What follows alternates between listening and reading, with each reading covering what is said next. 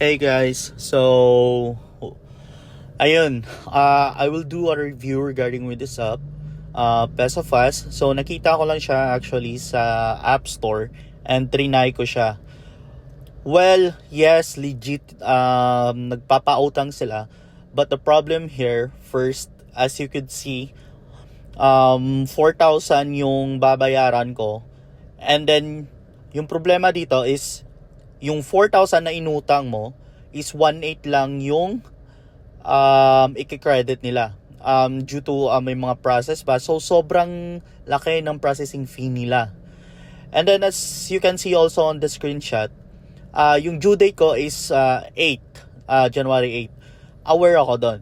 And babayaran ko naman actually. Kasi parang, ayoko nang umutang sa kanila kasi ang laki na ng processing fee nila.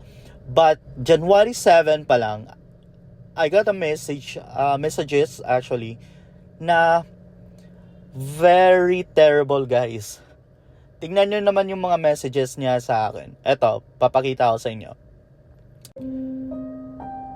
So, ayun na nga.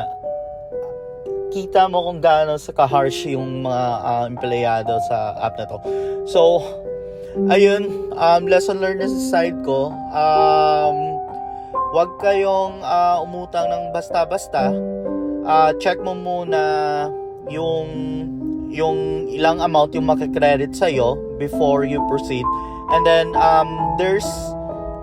there are some actually na legit na app, na loan app, like Moneycat and then Mabilis Cash, as I remember, na mababa lang yung mga processing fee nila. For example, sa 5,000 is 200 pesos lang yung kinukuha nila.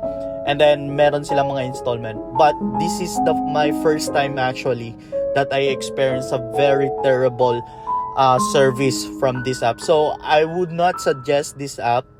Don't try, guys, na umutang dito. Kasi, on my experience, talaga nakaka-depress and nakaka-anxiety. So, ayun lang, lesson learned to myself. And then, para sa inyo din, as an advice, so, choose a loan app carefully, guys. Yun lang. Okay, peace.